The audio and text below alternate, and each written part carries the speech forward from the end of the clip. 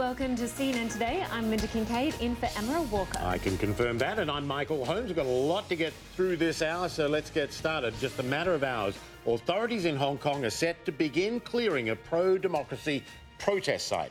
And this one is in the Mong Kok district. It's been the scene of violent clashes over the last 2 months. Bailiffs expected to remove some of the barricades. First of all, police are going to be on hand to arrest anyone who then tries to stop them. Let's head straight out to Hong Kong now. Andrew Stevens is there with the very latest. See a few law enforcement folks behind you. This process likely to unfold over the coming hours, a couple of hours probably. That's right, Michael. Expecting the bailiffs who will be leading the move to clear these streets to be here in about 2 hours from now. But you're right, very observant, Michael. There is a much bigger police presence here. Just in the last 40 minutes since we last spoke, you can see that police have been arriving here. You'll notice, though, that there is no riot gear. There's no protective gear that they're wearing at the moment.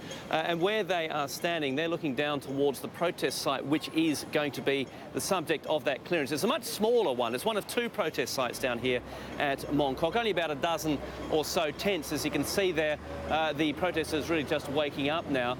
We're not actually expecting this to be a violent confrontation, even though Mong Kok has been the scene of the most violent confrontations, both between police and the protesters, also between the pro-Occupy and the anti-Occupy protesters. So this site will be likely to be cleared in the next, or the beginning of the clearance will happen in the next 2 hours or so, Michael. But the main protest area is down on Nathan Road, which you can see there. This is one of the key arterial roads in this part of Hong Kong, and this is really the key to ending the Mong Kok protests. There are perhaps 250 tents down here.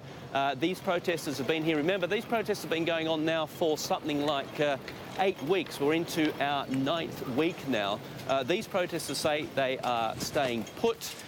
The clearance here is likely to start tomorrow. So today it'll be the small protest site we've just looked at, and tomorrow, as according to the police I've been speaking to, we'll see the bailiffs moving in on this area here. You can see they're going to have to get through a lot of barriers. They're going to remove these barriers and then remove the protesters staying here.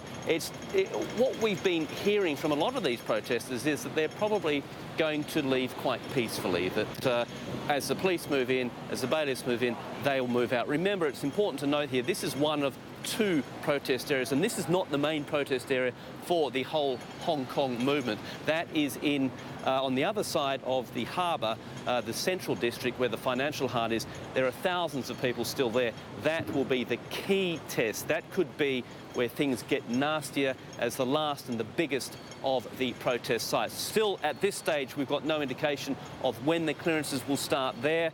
What happens legally is injunctions are taken out by people who want to see the areas cleared because of their business is being affected.